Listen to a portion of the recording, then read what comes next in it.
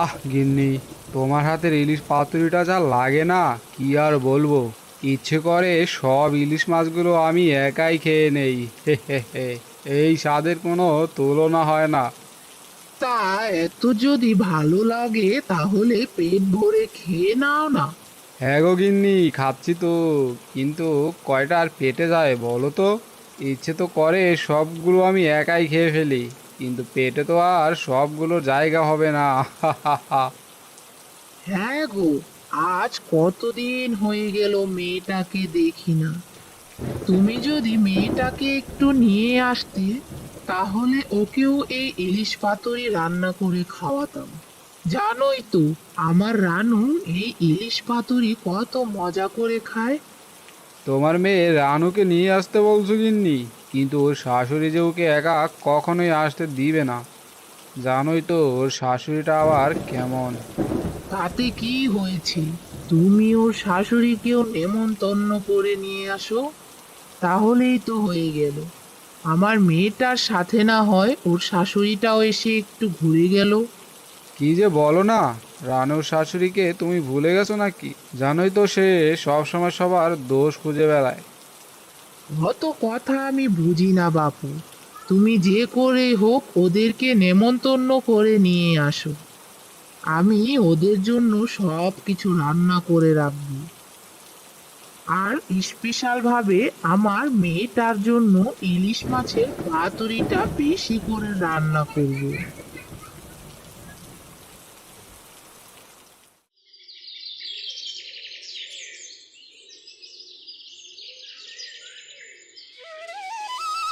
ওগো, তুমি আর দেরি না করে এক্ষুনি বেরিয়ে পড়ো। ওদের নিয়ে আসতে আসতে আবার না হয় দুপুর হয়ে যাবে। আর এদিকে আকাশের অবস্থাও তো ভালো ঠেকছে না। না জানি কখন আবার বৃষ্টি শুরু হয়ে যায়। হ্যাঁ গো গিন্নি, তুমি ঠিক কথাই বলেছো। বৃষ্টি নামার আগেই আমি ওদেরকে নেমন্তন্নটা করে আসি। ওগো, আর একটা কথা শোনো। ছাতাটা কি সঙ্গে করে নিয়ে যাবে? যদি পথে বৃষ্টি নেমে যায়, তখন তো একেবারে ভিজে ভূত হয়ে যাবে। তাই বলি কি, ছাতাটা যদি সঙ্গে নিয়ে যাও ভালোই হয়। হ্যাঁ গিন্নি, তুমি ঠিক কথাই বলেছো। দাও দাও, ছাতাটা আমাকে জলদি করে দাও। আমি এখনই রওনা দিয়ে দেই।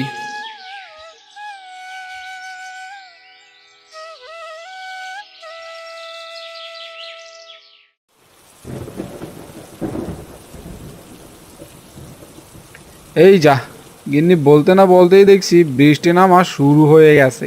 ভাগ্যিস গিন্নি ছাতাটা সঙ্গে করে দিয়ে দিয়েছিল, নয়তো মেয়ের বাড়িতে একেবারে ভিজে গোসল করে যেতে হতো।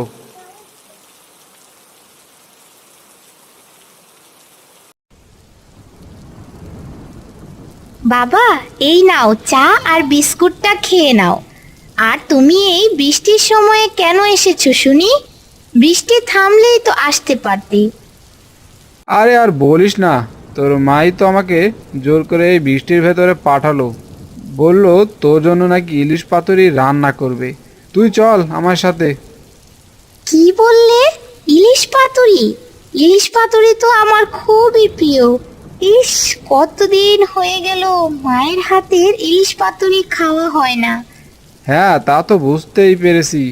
এই জন্য তো তোর মা আমাকে জোর করে পাঠালো তোকে নিয়ে আসার জন্য। চল, তুই আমার সাথে চল। তা বেয়াই সাপ, ইলিশ মাছ কি মেয়েকে একাই খাওয়াবেন নাকি? আমরা খাবো না বুঝি? আরে তা হবে কেন বিয়ান সাহেব? চলুন, আপনিও আমাদের সাথে চলুন।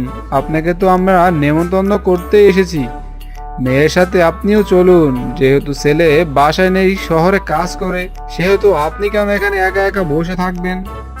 হয়েছে হয়েছে, আমাকে নেমন্তন্ন করতে চাইলে তো প্রথমেই বলতে পারতেন।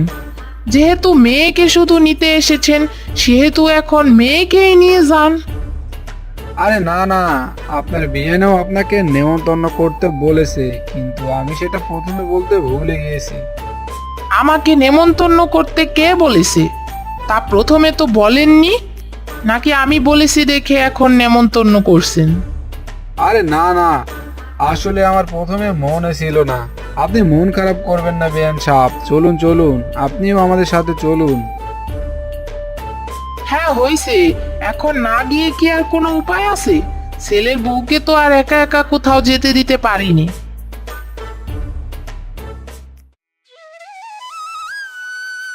আরে বাহ, আজকের ইলিশ মাছগুলো তো বেশ তরতাজা আর বড় বড় দেখছি।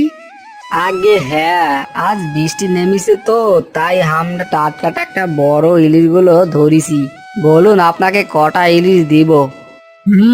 আমাকে বেছে বেছে দুটো ইলিশ মাছ দিন।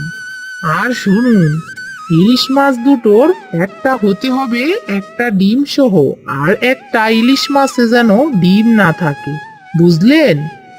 আগে ঠিক আছে, আপনি যেভাবে চাচ্ছেন ঠিক সেভাবেই দিচ্ছি। দুটো ইলিশের দাম কিন্তু 1,000 টাকা পড়িবে দিদি। 1,000 কেন, প্রয়োজন হলে 2,000 টাকা দেব, কিন্তু আমাকে বড় বড় ডিমওয়ালা একটা ইলিশ মাছ আর একটা ডিম ছাড়া ইলিশ মাছ দিতে হবে, নইলে কিন্তু আমি একদমই ইলিশ নেব না। না না দিদি, আপনি যেরকম চাচ্ছেন সেরকমটাই দিব। আমাকে আবার বৃষ্টি নামার আগেই এই সবগুলো ইলিশ মাছ বিক্রি করতে হবে যে, তাই তো যেরকম বলছেন সেরকমই দিচ্ছি।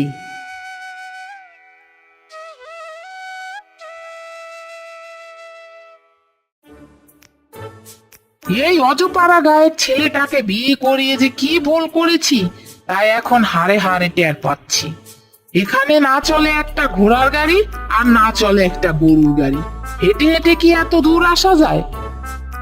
বেয়ান সাহেব, আর একটু হাঁটলেই আমাদের বাড়িতে চলে আসবো, এত অধৈর্য হলে চলবে নাকি? আর শুনুন, আমাদের এখানে সব গাড়ি পাওয়া যায়, একটু আগে বৃষ্টি হওয়ার জন্য সব গাড়িগুলো বন্ধ আছে। অধৈর্য না হয়ে কি আর উপায় আছে? এত পথ কি আর এই যুগে হেঁটে আসা সম্ভব? ওরে মা গো মা, এখনোই আমার কোমর আর হাত পা ব্যথা শুরু হয়ে গেছে, না জানি নেমন্তন্ন আর আমার খাওয়া হবে কিনা। একদমই চিন্তা করবেন না বেয়ান সাহেব, নেমন্তন্ন আপনি খেতে না পারলে বলে রাখছি, পুরো নেমন্তন্নের খাবার একেবারে আপনার বাড়িতে গিয়েই দিয়ে আসবো। হা হা হা। এই তো আর একটু পথ হাঁটলেই আমাদের বাড়িতে চলে আসবো, চলুন চলুন।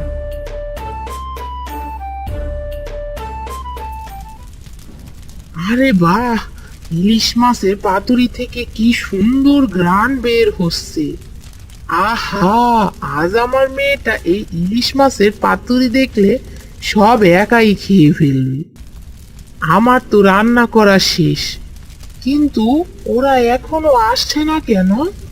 রাস্তায় আবার ওদের কোনো সমস্যা হলো না তো? আরে ও গিন্নি, কোথায় গেলে? জলদি করে বাইরে এসে দেখে যাও, মেহমানকে নিয়ে এসেছি নেমন্তন্ন খেতে। ইলিশ মাছের পাতুরির নেমন্তন্ন না এসে কি আর পারি? আরে আপনারা দেখি সবাই চলে এসেছেন। তা বিআইন সাহেব, আপনি কেমন আছেন? রাস্তায় আসতে কোনো সমস্যা হয়নি তো? কেমন আছি সেটা তো দেখতেই পাচ্ছেন, আর রাস্তা দিয়ে আসতে সমস্যা হবে কেন? সমস্যা হলে কি আর এখানে আসতে পারতাম? আমাকে দেখে কি বুঝতে পারছেন না? হ্যাঁ, দেখে তো বুঝতেই পারছি। তা সব কথা কি এখন বাইরে দাঁড়িয়ে বলবেন নাকি? আসুন, সোজা ঘরে চলে আসুন, আপনাদের জন্য আমি রান্না করে সেই কখন থেকে বসে আছি। চলুন মা, ভেতরে চলুন। এই রানুমা, তুইও আয়, আজ তোর জন্য ইলিশ মাছের পাতুরি রান্না করেছি। ইলিশ মাছের পাতুরি? আহা, আজ তো আমি ইলিশ মাছের পাতুরি দিয়ে পেট ভরে ভাত খাবো। সি সি বৌমা, এমন করে বলছো যেন জীবনেও কখনো ইলিশ মাছের পাতুরি খাওনি। সি সি সি সি, তোমার কাছ থেকে আমি এরকম আচরণ আশা করিনি। আচ্ছা, অনেক হয়েছে, এবার সবাই ঘরে চলো। ওইদিকে যে খাবারগুলো আমাদের জন্য অপেক্ষা করতে করতে একেবারে ঠান্ডা হয়ে যাচ্ছে। নিন, এবার খাওয়া শুরু করুন। খাবার সামনে নিয়ে তো জানেনই অপেক্ষা করতে নেই। হ্যাঁ, খাবেই তো, খাবার সামনে যেয়ে তো বসেছি, তখন না খেয়ে আর উঠছি না। তা আগে কি খাবো সেটাই তো বুঝতে পারছি না। মা, আপনি আগে ইলিশ মাছের পাতুরিটা নিন। ইলিশ মাছের পাতুরিটা বেশ মজা হয়েছে। মার হাতের ইলিশ মাছের পাতুরি বলে কথা, মজা তো হবে। হয়েছে হয়েছে, আমার সামনে তোমার মায়ের এত গুণগান গাইতে হবে না। দাও আগে তাহলে ইলিশ মাছের পাতুরিটাই দাও, খেয়ে দেখি কেমন হয়েছে। কি বিয়ান সাহেব, ইলিশ মাছের পাতুরিটা কেমন হয়েছে? মজা হয়েছে, তবে আমাদের রান্না থেকে অতটা মজা নয়। তাছাড়া ইলিশ মাছ বলেই এত মজা হয়েছে। শুনেছি আপনাদের এলাকাতে নাকি কোনো ইলিশ মাছই পাওয়া যায় না। তা আপনাদের রান্না এর চেয়ে ভালো কি করে হয় শুনি? আসলে না, মানে ইলিশ হলো খুবই মজার একটা মাছ। এটা যে রান্না করবে তার হাতেরটাই মজা লাগবে। আমাদের এদিকে বাজারে তো ইলিশ মাছ একেবারেই পাওয়া যায় না, আর যেগুলো পাওয়া যায় সেগুলো একেবারে পচা গলা। আহা, বুঝেছি বুঝেছি, আমাকে আর বলতে হবে না। ওই যে কথায় আছে না, নাচতে না জানলে উঠুন বাঁকা। হা হা হা।